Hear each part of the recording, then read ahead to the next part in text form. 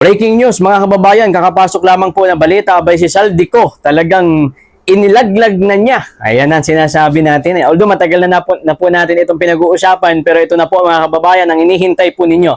Saldico inilaglag si President BBM kasama po si Martin Romualdez. Aba, matindi ito mga kababayan. Pag-uusapan po natin ngayong araw ho na ito. Ito na po mga kababayan. Alam ko po matagal nyo nang hinihintay ito, pero bago po natin talakayin, bago po natin ipagpatuloy ang video ho na ito, huwag po natin kakalimutan na i-like, i-share, and i-subscribe ang ating pong YouTube channel. Once again, hindi ko sinasabing guilty, ito po mga kanya pong nabanggit na pangalan. Kaya nga po tatalakayin po natin kung ano po yung mga inilahad or ibinunyag ni Saldico. Although matagal din nanahimik si Saldico, no? Ang tagal, di ba? Ilang buwan din na nahimik siya nung napabalita na siya ho'y nasa ibang bansa, di umano nagpagamot, etc. Then, pumutok na yung issue ng flood control scandals, mga kababayan. Yung nawawala nga yung mga ghost project, yung mga trillion ho na naging pundo po ng DPWH, yan patungkol dyan sa mga flood control ho na yan. Si Saldico ho ay nanahimik sa ibang bansa. Pero ito mga kababayan ang dahilan kung bakit si Saldico until now ay hindi pa rin po nakakauwi ng Pilipinas or hindi pa rin po pinapauwi ng Pilipinas. Kasi nagtataka po tayo eh. Alam mo bilang Pilipino, nagtataka po tayo kung bakit si Saldico hindi pa pinapauwi. Which is, ang ating pong bansa, may kakayahan may kakayahan na pauwiin si Saldico. Although sinasabi po, according to the law, na kailangan meron munang naisampang kaso bago ma-cancel ang passport ni Saldico. Pero ang tanong, bakit ho nila hindi sinasampahan ng kaso? Ayan na nga, napakarami ng mga abogado. Kung gusto nyo talagang makansela, gusto nyo talagang mapauwi si Saldico, bakit hindi nyo pasampahan ng kaso? Maliwanag na sa sikat ng araw, napakaraming ebidensya. Ngayon mga kababayan ko, sinasabi ko to sa inyo noon, na, malabo yan, mapauwi si Saldico, eto na nga, kumanta na mga kababayan. Okay, bago tayo mag-proceed doon sa mismong Facebook page ni Saldico, mga kababayan, eto na po, nahimay-himay na ito ng mga media. Okay, so gaya ng sinabi ko, itong vlog natin at this time, napaka-importante nito, kaya panoorin po ninyo hanggang dulo. Mga kababayan, walang edit-edit ito, direktahan na ito. Dahil talagang hinihintay na po ninyo ito. Sinabi po dito mga kababayan ni Saldico, ito po, ayun po sa report ng Abante News, pero mamaya po, proceed tayo doon mismo sa page ni Saldico. Binunyag ni dating Acobilok Bicol Party List, ayun po, Representative Ele Saldico, na si Pangulong Ferdinand Marcos Jr. di umano ang nag-utos na magpasok ng nasa 100 billion fundo sa mga proyekto ng Department of Public Works and Highway. Ito po yung DPWH. Ayan na po ha. Kaya idinidiin ko na imposibleng walang alam. Ito po mga kababayan. Si President BBM kung saan napupunta ang mga pundo para sa pang-infrastruktura dahil siya ang nag-aproba sa mga ito. Ito na nga ang sinasabi ko eh. Medyo nanggigigil ako ngayon. Pasensya na kayo.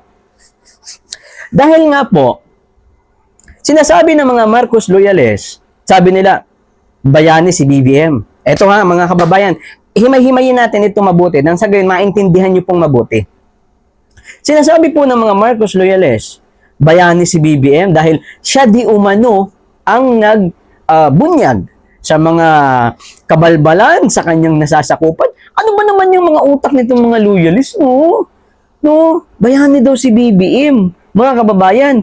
Pero kanina nga, sinabi nga ni Attorney Respicio na kapag kapalpak ang iyong nasasakupan, ibig sabihin palpak ang leader. O, sino ba yung leader sa atin? O, di ba si BBM? Siya yung leader. O sino yung mga nasasakupan niya? Yan sila Saldico, lahat ng mga mamamayan. Ngayon, nagkalitsi-litsi ito mga kababayan, lahat ito. Tapos ito mga loyalista, bayani daw si BBM. Ngayon, ang sinabi ni Saldico, ito na.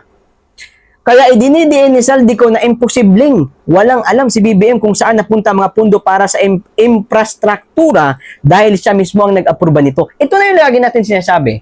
Sabi ko nga, hindi ito usapan na DDS ako, hindi ito usapan na Marcos ka, hindi ito usapan na Pinklawan ka. Usapan po ito ng naayon po sa katotohanan, mga kababayan. Okay, alam niyo kung bakit? Ito, sinasabi niyang wala siyang alam, pero siya mismo ang nag-aproba. Yan na nga sinasabi po natin eh. Di ba yung pinirmahan niya, napakarami mga blanco noon? Di ba? Sino ang huling nag-aaproba ng budget? Sino ang huling nagpipirma para yung budget ay maisakatuparan? Si BBM, yung Pangulo. 'Di ba? Wag nyo kaming, alam mo kahit grade 1 naman maintindihan 'yan eh. Hindi mo kailangan na tapos ka ng college, tapos ka ng ganitong kurso para maintindihan mo 'yan. 'Di ba? Kahit grade 1 ka, maintindihan mo kung ano pong ibig sabihin nito. Paano mo babayanihin 'yan? Paano mo ituturing na bayanin na siya yung huling pumirma, siya yung huling nag-aral. Kumbaga, ni-review niya bago niya pirmahan yung budget na yan. O ay sinabi na Saldico, minuso si BBM sa 100 billion budget insertion. Kaya nga sabi ni Saldico, kaya nga nagtataka ako kung bakit sinasabi ni Pangulong Marcos na hindi niya makilala ang budget, samantalang lahat ng binawas at dinagdag sa mga ahensya ng gobyerno ay humihingi ng approval sa kanya si Sek Amina Pangandaman. Yan ang sinasabi ko palagi sa inyo. Yan, alam nyo, masyado kasi kayong panatiko eh. Hindi ako Duterte. Hindi ako Duterte, hindi ako Marcos. Baka ba yan lang po lagi niyong tatandaan. Although, kaso nga lang, minahal ko yung mga yan, si Duterte, dahil ginampanan po nila yung kanila tungkulin sa bayan natin. Although si Marcos, sinuportahan ko din naman yan. Kami nga dyan nagpanalo noong 2022 eh. Kahit yung mga makakasama ko, mga vlogger ng mga bayaran, nandiyan na ngayon. Makakasama ko yan. Kami, lagi kong tinasabi sa inyo na si BBM hindi mananalo kung hindi dahil sa mga vlogger. Yan ang sabi ko sa inyo. Galit na galit mga media niyan. Lahat ng binapalabas ng mga media noon, paninira kay BBM. Kaya wag nyo kaming inaano. Hindi ako loyal doon sa tao. Loyal po ako sa tao kapag ka ginagawa niya ang kanyang tungkulin o kanyang mandato para sa inang bayan, para sa taong bayan. Ngayon, ano nang mangyayari nito mga kababayan ko? Nilaglag na Baka mas lalong mainit, no? Alam mo, iinit lalo ito mga kababayan para lang po sa aking opinion. At lalong-lalo na po, mayroon ng napapabalita di umano na mayroon ng warrant of arrest si Senador Bato de la Rosa. Mayroon ng post dito mayroon ditong post mga kababayan, babasahin ko lang po ang post ni ang post ni Grico, eto may ano siya Grico eh. Ito basahin lang po natin. Actually itong vlog ko na rin naman na ito ay biglaan lang po. Kaya nga walang edit eh. Ano pong sabi ni Grico Belica mga kababayan? Pustaan, sabi niya. Sasabihin ng gobyerno na hulihin si Bato de la Rosa at Bongo at iba pang pangtakip sa video ni Representative Saldico. Abangan po natin yan. Alam niyo kung bakit? Kasi nga, di ba, napapabalita na di umano ay mayroon ng warrant of arrest si Senador Bato de la Rosa from ICC. Ayan. Kaya sabi dito ni Grico, mga kababayan, na possible di umano, ayan, ay baka yan yung papaingayin nila para nga mawala na naman sa sirkulasyon itong mga binubunyag po or inihayag po ni Saldico. Di ba? Naniwala na kayo? Huwag nyo kami kasing ito advice ko lang dyan sa mga loyalista nga, no? Advice ko to sa inyong mga amaw mo. Huwag kayong masyadong maging loyal sa tao. Huwag kayong maging loyal sa tao. Diba? Maging loyal ho kayo kung ano yung ginagawa niya sa bayan natin kapag sa tingin nyo na magandang ginagawa sa bansa natin, saka kayo maging loyal. Pero nakita nyo naman nagkalitsi-litsi na Nagkalitsi-litsi na yung bansa natin. Diba? Napakalaking korupsyon. Siya naman yung Pangulo. Diba? Siya na yung commander-in-chief. Diba? Pero hindi niya napigilan yan. Hindi niya na-control. Bagkus siya pa nga yung tinuturo ni Saldico. Ngayon kayo mga loyalista, ano sa opinion nyo yung ganito? Ano sa tingin nyo? Alam mo, napakarami ko dyan mga kaibigan, mga loyalista eh. Marami akong kaibigan. Dahil gaya ng sinabi ko, sinuportahan ko si Bongbong Marcos 2022 dahil nga syempre katandin po siya ni Vice President Sara Duterte, ng anak po ng ating dating Pangulo, na pinakulong po nila, pinadala po nila sa dahig mga kababayan. Diba? Sabi nga po natin, gumawa ng mabuti yung tao sa bansang Pilipinas, ang isinukli po nila, pinakulong po nila sa dahig. Tingnan mo, mga kababayan, ano yung binabato nila? War on drugs. Pero magtanong po kayo sa mga tao. Galit lang naman kay Duterte yung mga adik eh. Sa totoo lang, yung mga gumagamit po ng mga pinagbabawal ng mga pulburon na yan yung galit talaga kay Digong Noo. Pero ngayon, tandaan po ninyo, mayroon po tayong paparating na 16, 17, 18 mga kababayan ko. Alam mo, ang naiisip ko dito, ilang araw na lang 14 ngayon, di ba? 14. Yan, 15 bukas, then 16.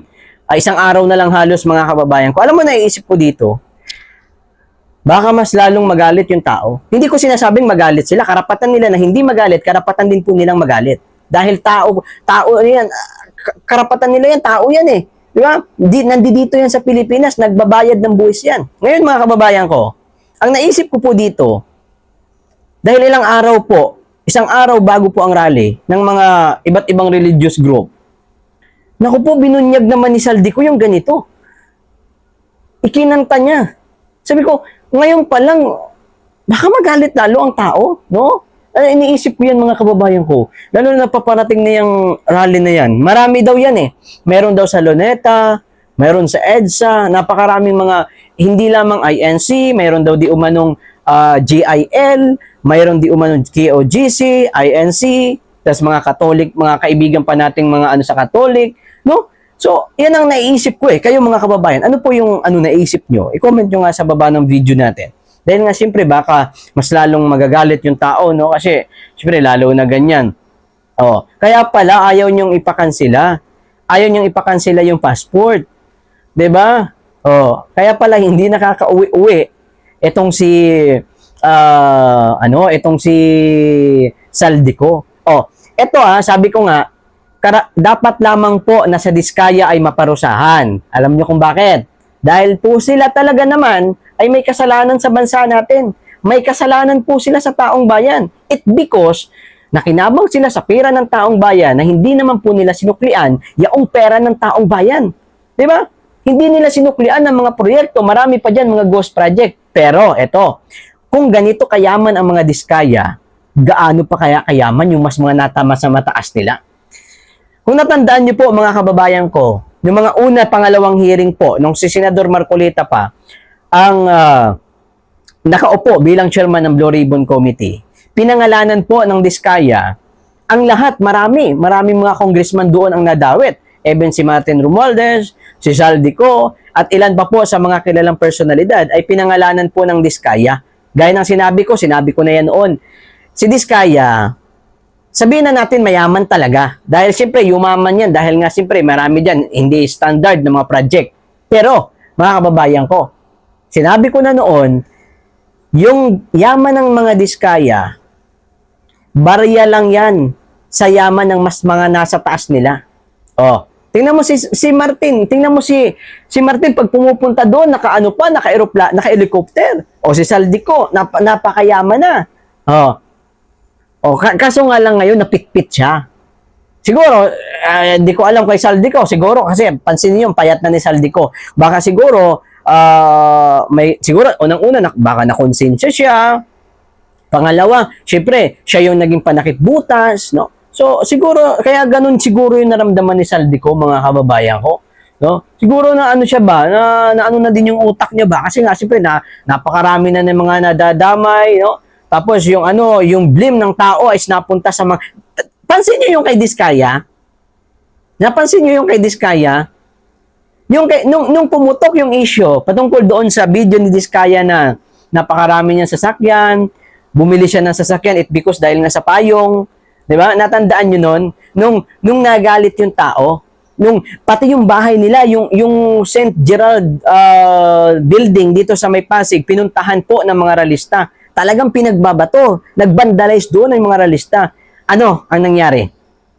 Umamin po ang Diskaya. Kumanta po ang Diskaya. Yan ang sinasabi ko sa inyo. Although, dapat lang din naman na magalit kayo sa Diskaya, pero wag nyo namang masyadong ibuhos doon. Okay? Dahil mayroon pang mas mataas dyan. Doon nyo ibuhos kung sino yung head.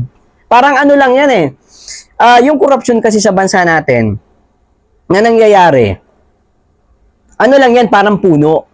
Yung puno kasi, pag pinutol mo, tutubo ulit yan. Tutubo ulit yan. Pag yung sanga, pinutol mo, mananatili yung puno. Buhay pa rin yung puno. Pero pag kinadkad mo, yung kailaliman yung mga buto, yung mga ugat-ugat niyan, diyan mga kababayan, mamamatay po ang puno. So yan parang, yun din yung kailangan gawin dito sa corruption na ito. Kailangan natin tuntunin. Sino yung pinakaugat? Sabi ko nga, tama itong babaeng ito. Nakikita nyo yan? Nakikita nyo to? Tama ito. Sinabi niya noon, nung kasagsagan na ini-interview or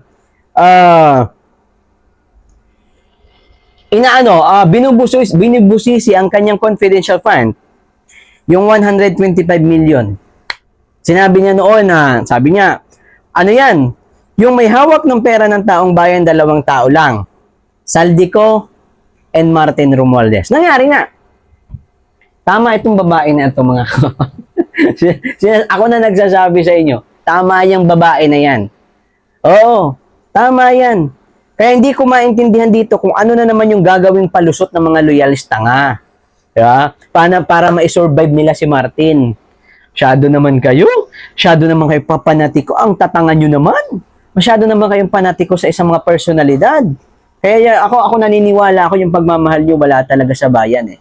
Diba? O ano nang mangyayari ngayon? O, papuputokin niya yung issue kay Senador Bato de la Rosa. Aray ko. Diba? Oy, mga loyalista, ano na? Paano ba yan? Kinanta na amo nyo. Ha? Kinanta na niya yung amo nyo. Paano ba yan? O, eto pa mga kababayan, may post din po si... Lahatin na natin ito. Attorney Rowena.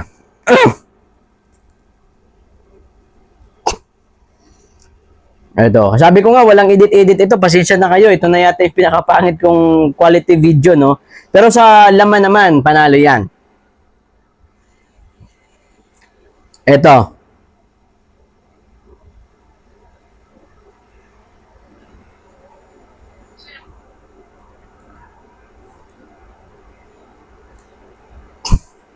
Alam mo, by the way, bago natin pala i-continue, sa anak po ni Saldico, lagi niya nang sinasabi noon na kailangan umuwi yung daddy niya. Kailangan harapin ng daddy niya yaong mga paratang dito sa kanya. Talking about nga dyan sa trilyon na budget po ng mga flood control ho na yan. Alam mo, saludo ako dito sa anak po ni Saldico. Kaya hindi naman natin masasabi na pagka mayroong ginawang kabulastugan, itong mga personalidad, ay pati yung anak nila ay gano'n na rin. Hindi ho. Dahil mga kababayan ko, mabait pa rin itong Ilis ko. Ito yung anak ni Saldico. Ano sabi niya? I am deeply ashamed and I wish for nothing but the truth to come out. Wala siyang ibang hinangad, kundi talagang yung katotohanan.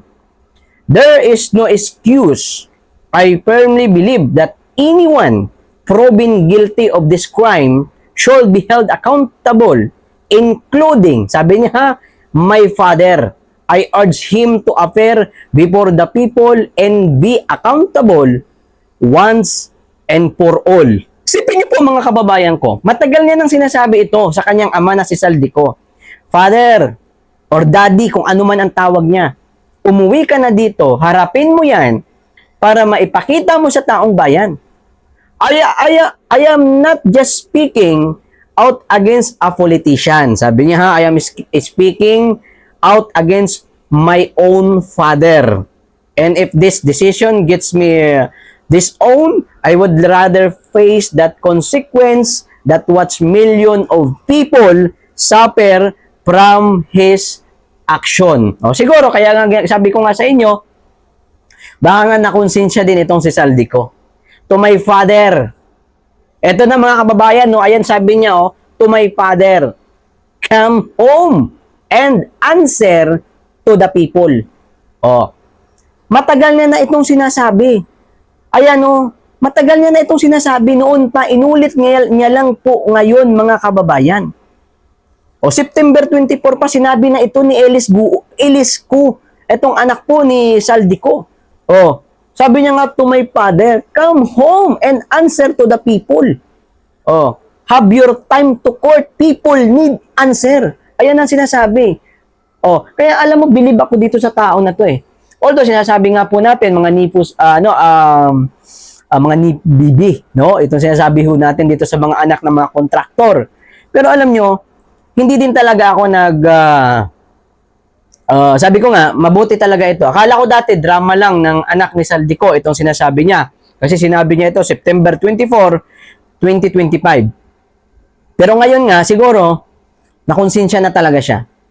Kaya, mga kababayan ko, abang-abang po kayo dahil sabi ko nga, yung ingay po ng impeachment ni Inday Sara, pag-aresto kay Digong, ngayon aarestuhin na naman si Bato, issue about diyan. Tingnan mo 'tong mga hindot na itong mga makaliwa. Ito, tingnan niyo mabuti ha.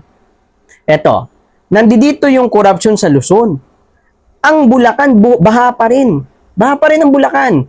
Kapag ka nagkakaroon ng ulan, even dito sa NCR, matindi po ang dinadanas na pagbaha. Pero asa ng mga dilawan? Maingay ba sila sa korupsyon ngayon? Alam mo itong mga to, galit lang to sa mga Duterte talaga eh. Pero hindi talaga tututulong magmamahal sa taong bayan. Tingnan mo kahapon, nagpasa sila ng resolution. Ano ang nilalaman? Investigasyon sa Davao City. Ano ka? Ang baha nasa Cebu. Ba't hindi yan pagtutuunan nyo? May mga nabatay sa Cebu. Hindi, ano ba yan? Ano ba itong mga utak na mga to? May mga naniniwala dyan. Ang bububo nyo. Sa totoo lang. Nakakaano kayo, nakakadismaya kayo, nakakabubo. Alam mo, ginagamit ko na eh. Inaano ko na hanggang sa kailaliman ng utak ko eh. Ang bububo nyo talaga ba? No? Yung mga naniniwala sa mga yan. Naniniwala pa kayo dyan? Naniniwala pa kayo dyan? Kaya nga, ako naman naniniwala ako si Senador Bato de la Rosa. Hindi yan sabi na basta-basta na lang isusuko yung sarili niya. Oo. Hindi yan basta-basta mga kababayan. Si Senador Bato de la Rosa, although may against talaga sa kanya, pero mas marami pong may gusto sa kanya. Kita mo naman ng eleksyon. 'Di ba? Panalo po yan. Dahil nga po talagang natuwa sila sa nangyari. Natuwa sila sa naging performance ni Bato de la Rosa. Tapos ngayon, huhulihin nyo na lang ng ganun-ganun. Ipapadala nyo doon na wala naman jurisdiction sa Pilipinas. Alam mo kung totoong nagkasala yung mga yan, dito sa Pilipinas, huwag nyong ismulin ang justice system ng Pilipinas. Gumagana naman eh. At pangalawa, kayo yung mga nakaupo. Bakit hindi nyo dito kasuhan yung mga yan? Bakit hindi nyo yan dito hatulan? Bakit hindi nyo yan dito i-hearing? Hindi nyo dito i-present ang mga ebidensya kung may mga ebidensya kayo? Bakit doon kinakailangan sa ICC na wala naman jurisdiction o jurisdiction dito sa Pilipinas? Diba? Kaya nga po mga kababayan, nakakagigil. Nakakagigil yung nangyayari sa bansa natin. Napakarami dyan mga senador, napakarami dyan mga congressman, ang tagal na sa posisyon. Si Soto, ano bang nagawa ni Soto sa bansa natin? Putik, ang tagal-tagal na yan. Ang tagal-tagal na yan. Anong pangako ni Soto nung nakarang eleksyon? Pag nanalo ako, yung aking sahod, ibibigay ko sa mga estudyante. Ano nangyayari? Putragis na mga pangako yan. Ito si Soto, pang itbulaga lang to eh. Oo, pang itbulaga lang yun. Hindi ko nga alam, ba't nanalo pa yan eh. Tatanga kasi ng mga bumuto dyan, sa totoo lang eh. Ngayon, mga kababayan ko, ang papuputukin na naman po nila na issue dyan, ang kay Bato. Abang-abang po kayo. Kasi marami silang tinatarget eh. Ang kay Bato, ang kay Bongo, yan, di ba? Pansinin mo naman, ito si Senador Bongo, ipapadala mo sa dahig. Putragis, milyon na tao, number 1 senador. Ano ba naman yan? Di ba pinagluluko tayo nitong mga kababayan eh. Di ba? Wala namang ibang ginawa yan kundi mapabuti yung tao, mapasaayos yan. Kaya nga tingnan mo naman, Luzon, Visayas, Mindanao, gustong-gusto si Senador Bongo. Tapos ngayon papadala mo, para gusto mo dyan, mag-iipal-ipal si Risa Hontiveros. Putik na yan. Alam mo yung mga dilawan, hindi na nakapurma yan noong panahon ni Digong eh. Ngayon lang naman nakabalik yan mga kababayan eh. Panahon ni Digong, down na yan. Di ko nga alam, ba't nanalo pa yung mga yan. Oo. Di ba, si Risa Hontiveros, ano ba nagawa niyan? Si Risa Hontiveros, ang ingay niya, nung kay Alice Goo. Tingnan mo naman, ang ingay niya, di ba?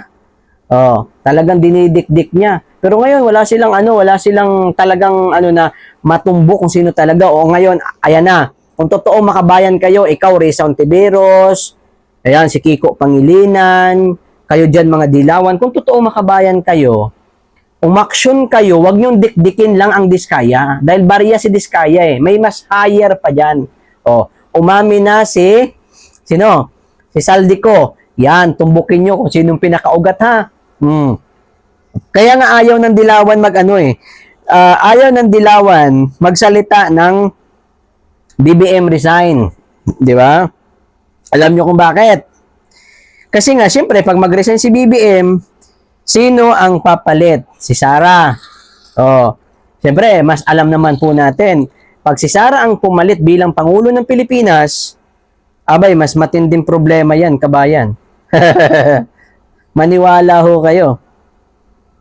Pag yan po ang pumalit bilang Pangulo ng Pilipinas, mas matindi yan. Mas matindi yan problema ng mga makaliwa. Ayan. Kaya kayo, sa mga kababayan natin, na gustong pumunta, gustong sumama sa darating na 16, 17, 18, sumama po kayo, mga kababayan. Karapatan nyo po yan. Wag po kayong matulog-tulog. Minsan lang sa buhay natin yan. Huwag nyong isipin na Duterte, Marcos, yan tayo masyado na kasi kayong masyado na kayong naging loyal sa inyong mga personalidad na huwag nyong isipin na ganun. Ang isipin nyo po para sa inang bayan. Kita nyo naman panahon ni Digong, hindi masyado nakapurma. Although sabihin natin, hindi 100% naging successful. Kasi wala naman talagang perfecto eh. Pero hindi naman din nangyari itong putaragis na to. Hindi naman din nangyari itong mga ganito. Kaya nga tayo, kailangan po natin ng personalidad ng isang pangulo na mayroon pong kamay na bakal. Alam nyo kung bakit ganon. Kailangan yung ganon. Kasi nga mga kababayan, kung mabait yung pangulo, putik paglulukuhin lang yan. Paglalaruan niya ng mga bata niya, yung mga nasa baba niya. Ang korupsyon ngayon, grabe matindi. Pati doon. Tingnan mo talakayin natin to saglit. Bago natin end yung video. Yung lumabas sa Imbornal, 80,000. Yung binaha sa Cebu, totally damage, 10,000. Putragis, ano mabibili mo sa 10,000? Totally damage, ano mabibili mo? Partially damage, 5,000. Oy, naku po. Alam niyo kabayan ito Nung umuwi ako sa amin, itong mga gago kasi ito, mga gago dito, mga iilan sa mga barangay official Hindi naman lahat. Kasi meron dyan talagang sumusunod, tinutupad ang tungkulin para sa taong bayan. Pero marami dyan, may mga sayad sa utak. Sabi ko nga, kung mga panahon lang ni Digong yan, ay, wala na, finish na kayo. Ganito yan. Nung umuwi po ako sa amin, marami nagreklamo, marami naglapit sa akin, lumapit. Ganito, hindi kami in-inform ng barangay. Nakiso, kami ho ay na-damage din naman. Ang mga bahay po namin na-damage. 'Di ba? At kami ay nawalan din ng trabaho. Because nga ng ilang araw yon. Because mayroong bagyo. 'Di ba? Siyempre kapag may bagyo, tanga ka naman kapag magtatrabaho ka, lalabas ka, edi mahagisan ka ng mga puno diyan. Ilang araw po sila walang income. Pero ang nangyari, itong hindot na barangay captain na ito, or hindi natin masasabi kung siya man or yung secretary niya man diyan, putik hindi ni lahat. Pinili lang yung inilista, pinili lang yung inireport doon sa doon sa pinakataas sa mayor. Mga gago talaga Ganyan sila mga kababayan, ganyan kabulok ang sistema ngayon. Pasalamat lang kayo. Pero darating yung time. Kayo dyan sa lugar namin, darating din yung time, maghintay kayo. Oo. Wala, alam mo dati, panahon ni Digong, mayroon sumbungan noon, parang 888 yata yun. Correct me if I'm wrong. Na kapag may mga anomalya sa barangay official, pwede mo siyang itawag doon direkta. Kaya mga barangay takot sa kay Digong Diba? Takot kay Digong. Kaya nga even sa amin nung nakatanggap kami noon. That time kasi estudyante ako nung nagka-pandemya, pag-graduate na rin ako noon. Estudyante parang ako noon. Ngayon, nakatanggap ako ng 16K that time, panahon ni Digong. Pero mga kababayan, matindi ngayon Sipin nyo, dumaan kay Digong yung pandemya. Pero mas matindi ngayon ang kahirapan ng Pilipinas. Dahil nga po yung dollar kahapon, pumalo na po ng 59. Oo. Diba? Although sa amin, sabi ko nga, kami, walang problema sa amin sana. Hindi, sa akin it's my own opinion. At para lang po sa sarili ko, hindi ito applicable para sa inyo. Para sa amin, dahil social media kami, nag-earn, hindi po kami bayaran ng mga politiko ha. Take note, nag-earn kami sa social media. Ngunit hindi po kami bayaran ng mga politiko. Yan, mga kasama ko dyan. Yan, pumupuri kay Dayonyor. Yan ang mga bayaran. O, ngayon, kami po ay sumasahod po kami ng dollar. Hindi po piso ha. Yung sinasahod po namin, dollar po, hindi po piso. Okay, para malinaw po sa lahat. Ngayon, kung iisipin po namin, mas pabor sa amin ang mataas ang dollar. Dahil nga siyempre, kung mas mataas yung dollar na papasok sa amin, pag i-convert to the piso, mas malaki. Di ba? Mas malaki. Pero ito yung problema natin. Dahil pag mataas yung dollar, ibig sabihin bagsak ang Pilipinas.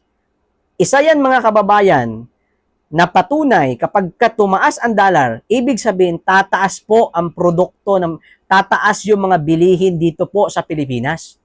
Oh, kasi nga po, kapag bibili po tayo ng mga produkto galing sa ibang bansa, bibili po tayo ng langis, ng kung mga petrolyo, kung ano-ano pa po ini-import po natin. Di ba? Oh, ang ibabayad po natin sa kanila, hindi naman piso, idadalar natin yan. So ngayon, kung mataas ang dollar, ang baba na nangangalaga ng pera natin. Oh, ang ang mangyayari, kapag bumili po tayo ng mga produkto from the other country, pagdating dito sa Pilipinas, dahil nga mahal natin doon binayaran ng ating pera, pagdating po dito, mahal